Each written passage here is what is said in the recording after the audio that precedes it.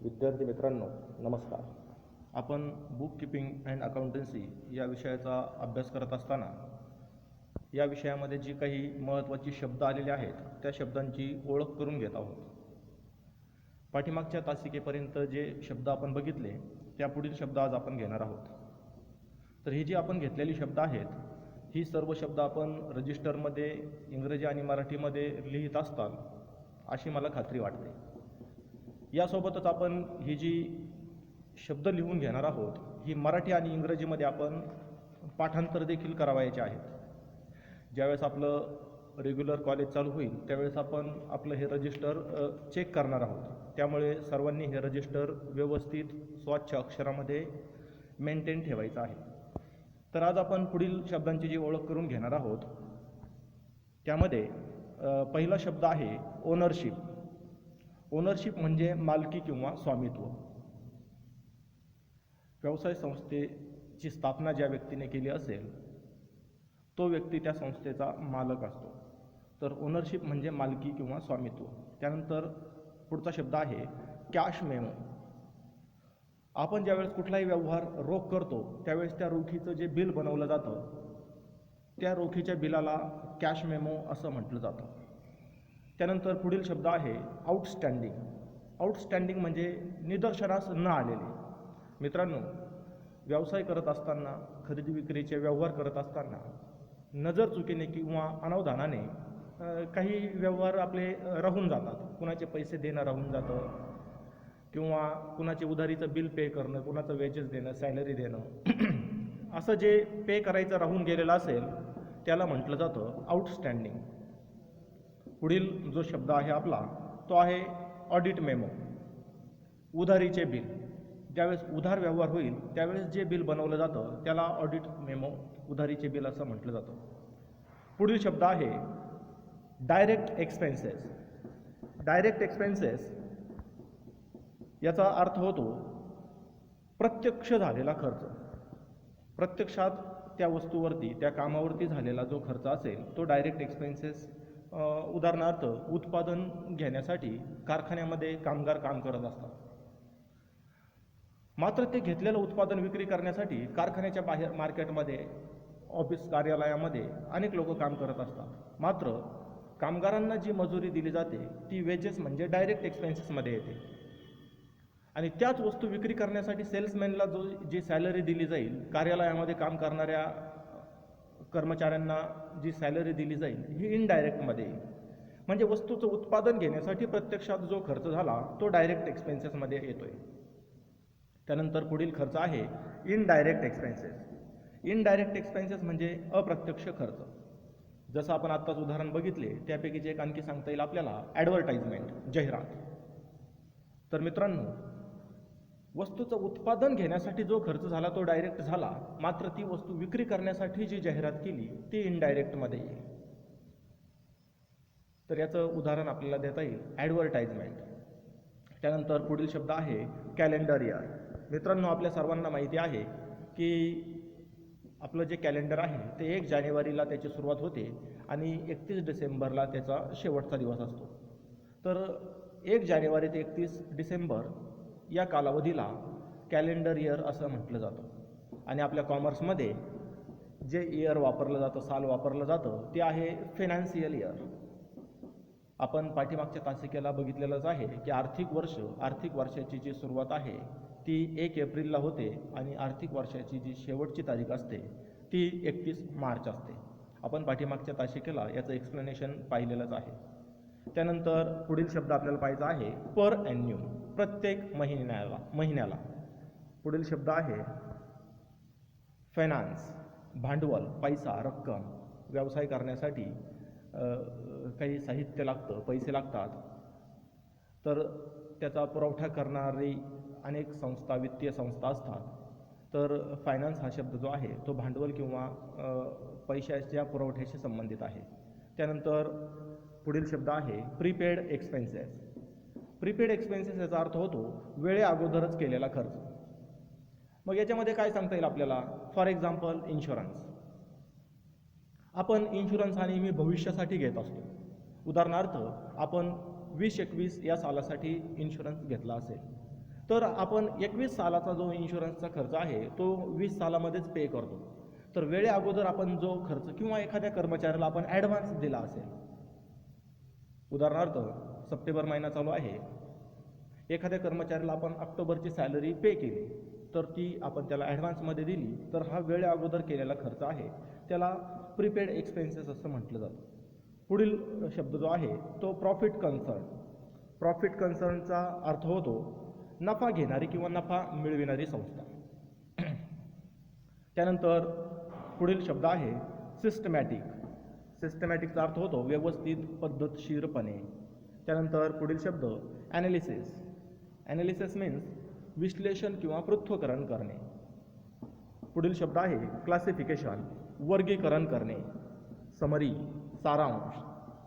Recording, नोंद करणे. पुढील शब्द आहे फायनान्शियल म्हणजे आर्थिक. पुढे ट्रान्झॅक्शन. ट्रान्झॅक्शनचा अर्थ होतो व्यवहार. पुढील शब्द आहे मॉनिटरी. आर्थिक, व्यावसायिक, पैशाशी संबंधित. मॉनिटरीचा अर्थ होतो कमर्शियल, व्यापारी किंवा व्यावसायिक. मग कमर्शियलमध्ये एक उदाहरणार्थ की आपली राहण्याची जागा रेसिडेन्शियल असते, किंवा आपण ज्या ठिकाणी व्यवसाय करतो, आपलं दुकान ज्या ठिकाणी असेल ती देखील जागाच आहे, परंतु आता तिला कमर्शियल म्हटलं जातं, कारण तिथे आपण व्यवसाय करण्यासाठी त्याचा वापर करतो. पुढील शब्द आहे कन्सेप्ट, संकल्पना. प्रिन्सिपल, मूलतत्वे. सामान्य नियम. बिझनेस सायकल, व्यापारी चक्र. विद्यार्थी मित्रांनो, बिझनेस सायकल, व्यापारी चक्र याचं थोडंसं आपण विश्लेषण करायचं जर ठरलं तर उदाहरणार्थ तेजी आणि मंदीशी संबंधित याचे एक्झाम्पल आपल्याला देता येतील.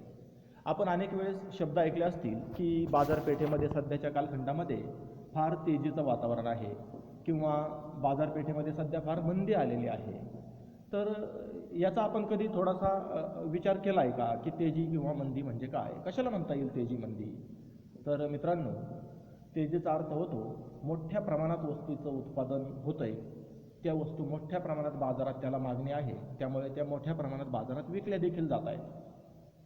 ज्यावेळेस उत्पादनाची गती जलद असते आणि त्यांची विक्री देखील जलद गतीने होत असते, अशी एक परिस्थिती ज्यावेळेस बाजारपेठेमध्ये येत असते त्यावेळेस त्याला आपण बाजारपेठेमध्ये तेजीचं वातावरण आहे असं संबोधतो, असं म्हणतो. तर मग मंदी कशाला म्हटलं जाईल? तर याच्या अपोजिट जी बाजारपेठेमध्ये परिस्थिती उद्भवली असेल, बाजारपेठेमध्ये वस्तूला बिलकुल मागणी नसणे, बाजारपेठेमध्ये वस्तूला मागणी नाही, त्यामुळे याचा परिणाम काय होतो तर कारखानदार देखील उत्पादनाची जी आपली गती असते ती गती कमी करतात, उत्पादनाची क्षमता कमी करून घेतात. मग याचा देखील समाजावरती आणि आपल्या एकूणच देशाच्या अर्थव्यवस्थेवरती विपरीत परिणाम होत असतो. मित्रांनो, तर काय परिणाम होतो? उदाहरणार्थ मंदीचं वातावरण बाजारपेठेत आहे. मग बाजारपेठेत जर मंदीचं वातावरण आहे तर मग बाजारपेठेत वस्तूची मागणी कमी झालेली असते, उत्पादक देखील उत्पादन घेण्याची गती कमी करतो. याचा परिणाम असा होतो की उत्पादन घेण्याची गती कमी केल्यामुळे कामगारांची कपात करावी लागते. कामगारांची कपात केली की बाजारपेठेमध्ये, समाजामध्ये बेरोजगारीचं प्रमाण वाढतं. मग निश्चितच याचा परिणाम काय होतो? बेरोजगारीचं प्रमाण वाढल्यामुळे लोकांच्या हाती येणारा पैसा कमी होतो आणि पैसा कमी आल्यामुळे त्यांची बाजारपेठेमधील जी मागणी आहे ती देखील ते कमी करतात. मग मंदी आणखीन वाढत जाते, मागणी कमी होते, उत्पादन कमी होत जातं, बेकारी वाढत जाते. याच्या ऑपोजिट तेजी. बाजारपेठेमध्ये जर मागणी जास्त असेल तर उत्पादक कारखानदार देखील मोठ्या प्रमाणात उत्पादन घेण्याचा प्रयत्न करतो. यामधून काय होतं मित्रांनो की मोठ्या प्रमाणात उत्पादन घेण्याचा प्रयत्न केला की कामगारांची संख्या वाढवली जाते, कामगारांचा पगार वाढवला जातो, कामगारांच्या हाती मोठ्या प्रमाणात पैसा येऊ लागतो आणि ज्या वेळेस जास्त पैसा हाती येईल त्यावेळेस कामगार आपल्या गरजा देखील वाढवतात, समाजातील लोक आपल्या गरजा वाढवतात. याचा परिणाम असा होतो की मोठ्या प्रमाणात बाजारपेठेमध्ये पुन्हा मागणी निर्माण होते. परिणामी उत्पादक पुन्हा उत्पादन वाढवण्याचा प्रयत्न करतो. हे झालं तेजीचं वातावरण. मग ही सायकल फिरत असते मित्रांनो. मागणी वाढते, उत्पादन वाढतं, रोजगार वाढतो, लोकांच्या हाती पैसा येतो, पुन्हा मागणी वाढते, पुन्हा उत्पादन वाढतं आणि हे जे चक्र फिरत राहतं याला बिझनेस सायकल, व्यापारी चक्र असं आपण म्हणतो मित्रांनो. त्यानंतर पुढील जो शब्द आपल्याला बघायचा आहे तो आहे बिझनेस एंटिटी, व्यापाराचे स्वतंत्र अस्तित्व असणे, बिझनेस एंटिटी. त्यानंतर पुढील शब्द आहे ऑब्टेन, मिळणे किंवा मिळविणे. पुढील शब्द आहे सिग्निफिकन्स, महत्त्वाचे, अर्थपूर्ण किंवा उपयोगी. इन्फॉर्मेशन म्हणजे माहिती. पुढील शब्द आहे रिपोर्टिंग, अहवाल. पुढील शब्द आहे बँक ओव्हरड्राफ्ट. आपण पाठीमागच्या तासाला याचा अर्थ बघितलेला आहे. बँक ओव्हरड्राफ्ट म्हणजे बँकेत आपली जी रक्कम शिल्लक आहे त्यापेक्षा जास्त रक्कम बँकेतून विड्रॉल करणे, काढून घेणे. ही सुविधा फक्त चालू खातेधारकांना म्हणजे व्यापाऱ्यांना दिली जाते. त्यानंतर पुढील शब्द आहे इनव्हॉइस, दिलेल्या मालाची त्याच्या किमतीसह बिल असणे किंवा पावती असणे याला इनव्हॉइस असं म्हटलं जातं. त्यानंतर पुढील शब्द आपल्याला जे बघायचे आहेत ते आहे डिस्काउंट. डिस्काउंट म्हणजे सूट किंवा सवलत. मित्रांनो, डिस्काउंट दोन प्रकारचा असतो. एक कॅश डिस्काउंट, दुसरा ट्रेड डिस्काउंट. थोडंसं आपण याची माहिती पाठीमागच्या तासाला बघितलेली आहे की कॅश डिस्काउंट म्हणजे काय, तर वस्तूची जी छापील किंमत आहे त्या छापील किमतीवरती सवलत देणे. उदाहरणार्थ, वस्तूवरती 100 रुपये किंमत आहे, व्यापारी डिक्लेअर करतो की याच्यावरती 10% डिस्काउंट दिला जाईल, 90 रुपयाला ती वस्तू मिळेल. ही जी कॅश डिस्काउंट आहे ही किरकोळ व्यापारी प्रत्यक्षात ग्राहकाला देऊ शकतो. मात्र दुसरा जो डिस्काउंट आहे ट्रेड डिस्काउंट, हा फक्त एक व्यापारी दुसऱ्या व्यापाऱ्याला देतो. इथे देखील छापील किमतीवरतीच डिस्काउंट दिला जातो, मात्र तो फक्त घाऊक व्यापारी किरकोळ व्यापाऱ्याला तो कॅश डिस्काउंट देऊ शकतो. त्यानंतर पुढील शब्द जो आहे आपला तो आहे कॉस्टिंग, परिव्यय, बेरीज करणे. पुढील शब्द आहे मार्केट व्हॅल्यू, बाजारभाव. प्रत्येक वस्तूची जी किंमत आहे मित्रांनो ती दोन प्रकारची असते. एक आपल्याला त्या वस्तूवरती छापलेली किंमत दिसते ती किंमत, दुसरी त्या वस्तूची उत्पादन किंमत. उदाहरणार्थ, आपण बाजारपेठेमध्ये एक पेन घेण्यासाठी गेलो ज्याच्यावरती MRP टाकलेली आहे 10 रुपये. 10 रुपये किमतीला तो पेन बाजारपेठेमध्ये विकला जाणार आहे. ती झाली त्याची बाजारातील किंमत, मार्केट व्हॅल्यू. परंतु तो पेन प्रोडक्ट करण्यासाठी, तो पेन बनविण्यासाठी त्या कंपनीला, त्या कारखान्याला किती खर्च झालेला आहे ही असते प्रोडक्शन व्हॅल्यू. तो पेन बनविण्यासाठी उदाहरणार्थ त्या व्यक्तीला, कारखानदाराला 8 रुपये खर्च झाला तर तो त्याचा 2 रुपये नफा लावून तो पेन बाजारात विकत आहे. मग त्या पेनची दोन प्रकारची किंमत झाली, एक तर बाजारातील आणि दुसरी उत्पादनाची. यालाच म्हटलं जातं प्रोडक्शन व्हॅल्यू आणि मार्केट व्हॅल्यू. पुढील जो शब्द आहे तो आहे डेप्रिसिएशन. वस्तूच्या किमतीमध्ये किंवा वस्तूच्या गुणवत्तेमध्ये झीज होणे, कमी होणे, घसारा होणे याला डेप्रिसिएशन असं म्हटलं जातं. मित्रांनो, डेप्रिसिएशन हा एक स्वतंत्र टॉपिक आपल्याला आपल्या सिलेबसमध्ये बघायचा आहे. मात्र थोडीशी या ठिकाणी शब्द आल्यामुळे आपण डेप्रिसिएशनची तोंड ओळख करून घेऊयात. तर मित्रांनो, उदाहरणार्थ एक आपण आपल्या आवडीचं उदाहरण घेऊया, मुलांसाठी आणि मुलींसाठी देखील. की उदाहरणार्थ मुलांची आवडीची मोटरबाईक किंवा मुलींनी स्कूटर गृहीत धरा, मोपेड गाडी. आपण ही जी मोपेड गाडी आहे ती बाजारपेठेमधून 50,000 रुपयाला विकत आणली आहे. त्यानंतर 1 वर्षानंतर आपल्याला ती जर विकायची ठरली तर ती निश्चितपणे 50,000ला विकणार नाही, तर ती 50,000पेक्षा कमी किमतीला विकेल. साहजिकच आहे. का बरं? तर याचं सिंपल उत्तर आहे की आपण ती वापरलेली आहे. वापरल्यामुळे, आपण तिचा उपभोग घेतल्यामुळे तिचा जो परफॉर्मन्स आहे, तिची जी गुणवत्ता आहे ते कुठेतरी कमी होणार आहे आणि कमी झालं आहे म्हणून त्याची विक्री किंमत कमी होईल. 1 वर्षांनी विकली तर 40,000ला विकेल, 2 वर्षांनी विकली तर 30,000ला विकेल. म्हणजे जितकी आपण ती वापरू तितकी तिची किंमत कमी होईल.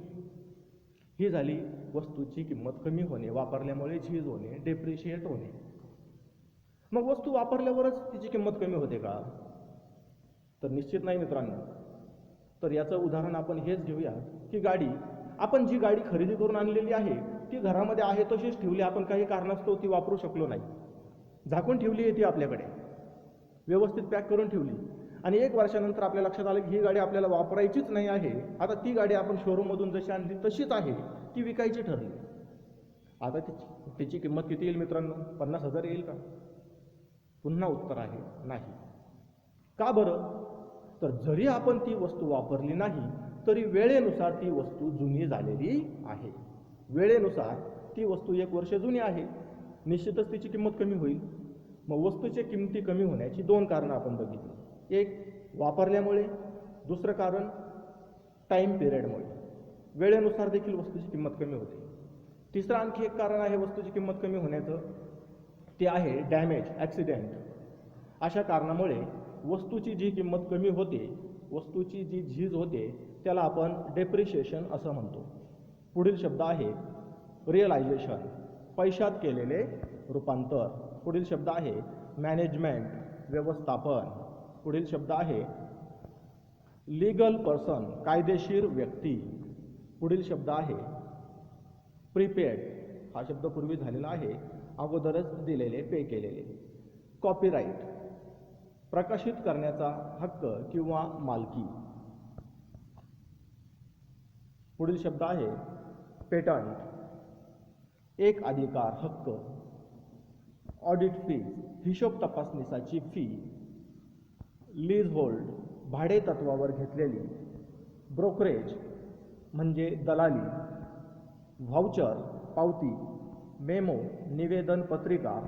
पे इन स्लिप, बँकेत पैसे अथवा धनादेश भरल्यानंतर जे प्रपत्र आपल्याला पत्र मिळतं त्याला पे इन स्लिप असं म्हटलं जातं. ते पैसे भरण्यासाठी आपण बँकेत जे चलन वापरतो त्याला पे इन स्लिप म्हटलं जाईल. त्यानंतर विड्रॉल स्लिप, बँकेतून पैसे काढण्यासाठी जे चलन आपण भरतो त्याला विड्रॉल स्लिप असं म्हटलं जातं. पुढील आहे बेअरर, धारण करणारी व्यक्ती. पुढील शब्द आहे चेक म्हणजे धनादेश. क्रॉस, रेखांकित केलेला. आता मित्रांनो, आपणा सर्वांना माहीत असेल की बँकेत आपण खातं उघडल्यानंतर आपल्याला आपल्या विनंतीनुसार बँक चेकबुक देत असते. आपण जर चेकबुकचा व्यवहार बघितला तर याच्यामध्ये आपल्याला असं दिसतंय की आपण एखाद्या व्यक्तीचे पैसे देण्यासाठी याचा वापर करू शकतो. मग त्या व्यक्तीला आपण रोख पैसे न देता धनादेशाच्या साहाय्याने पैसे देऊ शकतो, धनादेशाच्या मार्फत पैसे देतो. मग मित्रांनो, आपण एखाद्या व्यक्तीला रोख पैसे न देता धनादेश देतो त्यावेळेस याच्यामध्ये क्रॉस चेक आणि बेअरर चेक असे ढोबळ 2 विभाग करता येतील. आपण चेकवरती साईन करून संबंधित व्यक्तीला तो चेक दिला की तो झाला बेअरर चेक. तो चेक संबंधित व्यक्ती किंवा दुसरी एखादी व्यक्ती बँकेत तो चेक प्रेझेंट केला की त्याला लगेच रोख पैसे मिळतील. मात्र त्याच चेकच्या जर डाव्या बाजूला वरच्या कोपऱ्यामध्ये आपण समांतर 2 रेषा मारल्या तर त्याला क्रॉस चेक असं म्हटलं जातं. आता ह्या 2 रेषाचा इम्पॅक्ट काय झाला बघा चेकवरती, की तो चेक दिल्यानंतर त्या धनादेशाचे पैसे फक्त आणि फक्त त्या चेकवरती ज्या व्यक्तीचं नाव लिहिलेलं आहे त्याच व्यक्तीच्या अकाउंटमध्ये जमा होतील, रोख मिळणार नाही. याचा फायदा काय झाला? याचा फायदा असा झाला की तो चेक एखाद्या व्यक्तीला सापडला आणि त्याने तो बँकेत सादर केला तरी ते पैसे फक्त त्या चेकवरती ज्याचं नाव आहे त्याच्याच अकाउंटला जातील. पैसे फक्त धनादेश ज्याच्या नावे आहे त्याच्याच खात्यावर जमा होतील. पुढील जो शब्द आहे तो आहे डॉक्युमेंट. डॉक्युमेंट म्हणजे दस्तऐवज. पुढील शब्द आहे डबल एंट्री, द्विनोंद पद्धती, सिंगल एंट्री, एक नोंद पद्धती. पार्टनरशिप फर्म, भागीदारी संस्था. जेव्हा 2 किंवा 2 पेक्षा जास्त व्यक्ती एकत्र येऊन व्यवसाय करतात त्यावेळेस त्याला भागीदारी संस्था असं म्हटलं जातं. प्रपोर्शन, प्रमाण, रेशो, गुणोत्तर. डिस्ट्रीब्युशन, वाटप. डिव्हिडंड, लाभांश. ज्यावेळेस आपण एखाद्या कंपनीचे शेअर्स विकत घेतो त्यावेळेस त्याच्यावरती आपल्याला त्या कंपनीकडून त्यांना जो नफा होतो त्याच्यामध्ये काही टक्केवारीनुसार आपल्याला तो नफा ज्यावेळेस मिळतो त्याला डिव्हिडंड असं म्हटलं जातं. डिबेंचर, कर्ज रोखे. शेअर्स म्हणजे भाग. मित्रांनो,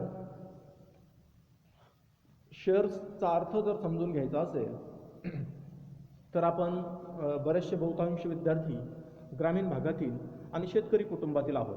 तर आपण आपल्या सर्वांच्या परिचयाचं असणारं उदाहरण घेऊयात की शुगर कंपनी आहे. आपल्या भागामध्ये संजीवनी सहकारी साखर कारखाना आहे. असे प्रत्येक भागामध्ये आपल्याकडे शुगर मिल्स आहेत. आणि आपण बरेचसे विद्यार्थी शेतकरी कुटुंबातील असल्यामुळे आपल्याला परिचयाचा शब्द असेल की कारखान्याचे शेअर्स. मित्रांनो, आपण ज्यावेळेस एखाद्या कंपनीमध्ये विशिष्ट रक्कम गुंतवणूक करतो त्याच्या बदल्यात आपल्याला त्या कंपनीचे शेअर्स मिळतात. याचा साधा सोपा सरळ अर्थ असा आहे की जितकी रक्कम आपण त्या कंपनीत गुंतवली आहे तितक्या रकमेचा शेअर्स मिळतो आणि जितके शेअर्स आपल्याकडे आहेत तितक्या पर्सेंटेजने आपण त्या कंपनीमध्ये मालक असतो, आपली ती मालकी असते. मग ज्यावेळेस एखादा उद्योजक कंपनी कारखाना स्थापन करण्यासाठी भांडवल उभारण्याचा प्रयत्न करतो त्यावेळेस त्याच्याकडे जर एकट्याकडे भांडवल नसेल तर तो आपल्या कंपनीचे शेअर्स छापतो आणि ते शेअर्स भाग बाजारामध्ये विक्रीसाठी ठेवतो. ज्या लोकांना त्या कंपनीवरती विश्वास वाटेल ते लोक ते शेअर्स खरेदी करतात आणि त्या कंपनीमध्ये गुंतवणूक करून त्या कंपनीमध्ये मालकी प्राप्त करतात. हा झाला शेअर्स म्हणजे भाग. पुढील शब्द जो आहे तो आहे शेअर्स कॅपिटल. आत्ताच आपण बघितल्याप्रमाणे शेअर्स कॅपिटल म्हणजे भागांची विक्री करून जे भांडवल आपण गोळा केलेलं आहे ते भाग भांडवल. पुढील शब्द आहे एक्सपेंडिचर, खर्च. ट्रॅव्हलिंग एक्सपेन्सेस, प्रवासासाठी झालेला खर्च. विड्रॉ, विड्रॉचा अर्थ झाला उचल घेणे. पुढील शब्द आहे goods distribute as a free sample. बऱ्याचशा वेळेस आपण बाजारामध्ये जर गेलो तर काही कंपन्यांचे लोक फ्री सॅम्पल म्हणून साबण असेल, पेस्ट असेल, निरमासारखे काही कपडे स्वच्छ करण्याचे पावडर्स असतील, बऱ्याचशा वस्तू अशा असतात की बाजारपेठेमध्ये त्याचे छोटे छोटे पॅकेट फ्रीमध्ये लोकांना ते वाटत असतात. त्यांचा उद्देश काय असतो फ्रीमध्ये वाटण्याचा? तर तुम्ही आमची वस्तू एकदा वापरून बघा, तुम्हाला जर आवडली तर पुन्हा खरेदी करा. परंतु एखादी नवीन कंपनी ज्यावेळेस मार्केटमध्ये लॉन्च होते त्यावेळेस त्यांना आपल्याला ग्राहक मिळविण्यासाठी जाहिरात करणे गरजेचं असतं आणि गुड्स डिस्ट्रीब्यूट फ्री सॅम्पल म्हणून ज्यावेळेस बाजारात केला जातो त्यावेळेस त्याचा देखील उद्देश असतो जाहिरात करणे. पुढील शब्द आहे बॅलन्स, शिल्लक. पुढील शब्द आहे बॅलन्स शीट, ताळेबंद. मित्रांनो, अकाउंटमधील सगळ्यात महत्त्वाचा जो वर्षाअखेरीस दस्तऐवज बनतो तो असतो बॅलन्स शीट. वर्षभर जी खरेदी विक्री असेल, नफा तोटा असेल, ह्या सगळ्यांची आपण ज्यावेळेस अकाउंट बुकमध्ये नोंद करतो आणि त्याची शेवटी टॅली करतो त्यातून शेवटी एक ताळेबंद बनतो आणि वर्षाच्या शेवटी आपल्याला सगळे जमा खर्च जाता, सगळी वजावट करता शेवटी नफा किती राहिला, आपली संपत्ती किती आहे, आपल्यावरती कर्ज किती आहे ते एका पेजवरती मिळतं. आपण पुढील येणाऱ्या प्रकरणांमध्ये बॅलन्स शीट म्हणजे काय हे सविस्तर बघणारच आहोत. मात्र थोडक्यात हा ताळेबंद जो असतो तो सगळी आपली ॲसेट, लायबिलिटी म्हणजे आपली असणारी संपत्ती, आपल्यावर असणारा कर्ज, किती खर्च झाला, कुठून पैसे येणे बाकी आहे, कुणाचे पैसे देणे बाकी आहे, हे सगळा ताळमेळ आपल्याला जेव्हा एका पेजवरती, एका कागदावरती मिळतो त्याला बॅलन्स शीट, ताळेबंद असं म्हटलं जातं. पुढील शब्द आहे इंडस्ट्री, उद्योग, बिझनेस, व्यवसाय. सोल ट्रेडर, एकल व्यापारी. डिलिंग्स, व्यापार करणे, व्यवहार करणे. लेजर, खातेवही. एंट्री, नोंद करणे. सॉल्वंट, सक्षम किंवा सभ्य व्यक्ती. आणि इनसॉल्वंट म्हणजे दिवाळखोर. मित्रांनो, बॅलन्स शीट हे एक्झाम्पल आपण आत्ताच बघितलं आहे. त्याच्याशी संबंधित सॉल्वंट आणि इनसॉल्वंट आपल्या अकाउंटमध्ये ही दोन अत्यंत वारंवार येणारी महत्त्वाची शब्द आहेत. तर याचं थोडंसं आपण एक्सप्लेनेशन बघूयात. सॉल्वंट आणि इनसॉल्वंट. मित्रांनो, बॅलन्स शीटमध्ये आपल्याला लायबिलिटी आणि ॲसेट्स अशा दोन बाजू दिसतात. लायबिलिटी म्हणजे आपल्यावर असणारं कर्ज आणि दुसरी बाजू असते ॲसेट म्हणजे आपल्या मालकीची संपत्ती. ॲसेट्समधून लायबिलिटी वजा केल्यानंतर जो बॅलन्स उरतो ते आपल्या मालकीचं भांडवल असतं. उदाहरणार्थ, आपले ॲसेट बाजू दिसते 100 रुपये आणि आपल्यावर कर्ज दिसतंय 50 रुपये. सगळ्या प्रकारचं कर्ज मिळतं. मग ॲसेट 100 रुपयाचे आहे आणि आपल्यावर कर्ज 50 रुपये आहे, याचा अर्थ असा झाला की आपल्या मालकीची संपत्ती 50 रुपयांची आहे. आपल्या ॲसेटमधून लायबिलिटी कर्ज वजा केलं की 50 रुपये उरतात. ती आपली कॅपिटल आहे, आपलं स्वतःचं वैयक्तिक भांडवल आहे. ज्या व्यक्तीची ॲसेट बाजू ही लायबिलिटीपेक्षा जास्त असते ती व्यक्ती असते सॉल्व्हंट, सभ्य किंवा आर्थिकदृष्ट्या सक्षम. मग इनसॉल्व्हंट म्हणजे काय? तर ज्या व्यक्तीची ॲसेट कमी आहे आणि त्या व्यक्तीची लायबिलिटी जास्त आहे. फॉर एक्झाम्पल, ॲसेट त्याची 100 रुपये आहे आणि लायबिलिटी 200 रुपये आहे. संपत्ती 100 रुपये आणि त्याच्यावर कर्ज 200 रुपये. अशा वेळेस ती व्यक्ती त्याच्यावर असणारं जे कर्ज आहे ते कर्ज परतफेड करू शकत नाही, कारण त्याच्याकडे तितकी संपत्तीच नाही. त्याला म्हटलं जातं इनसॉल्व्हंट. तर मित्रांनो, अशा प्रकारे आपण ही जी शब्द बघितली ती आपल्या अकाउंटच्या दृष्टीने अत्यंत महत्त्वाची आहेत. ही सगळी शब्द रजिस्टरमध्ये व्यवस्थित इंग्रजी आणि मराठीमध्ये लिहायची, त्याची स्पेलिंग्स, अर्थ व्यवस्थित पाठ करायचे. पुढील तासिकेपासून आपण आपला जो टॉपिक आहे introduction of book keeping and accountancy याला प्रत्यक्षात सुरुवात करणार आहोत. हे देखील आपण अत्यंत साध्या, सोप्या, सरळ भाषेमध्ये समजावून घेणार आहोत. सर्वप्रथम अकाउंटसारख्या विषयाची जी मनात भीती जर असेल कुणाच्या, तर ती भीती फक्त मनातून काढून टाकायची. अत्यंत सोपा हा विषय आहे आणि सोप्या शब्दांमध्ये आपण तो समजावून घेणार आहोत. त्यामुळे या विषयाची भीती बाळगायची नाही. आपण फक्त ज्या वेळेस आपल्याला प्रॉपर जे होमवर्क सांगितलं जाईल ते वेळोवेळी पूर्ण करीत राहायचं आहे. तर मित्रांनो, घरीच राहा, सुरक्षित राहा, आपल्या आईवडिलांची, बंधूंची, सर्वांची काळजी घ्या. धन्यवाद.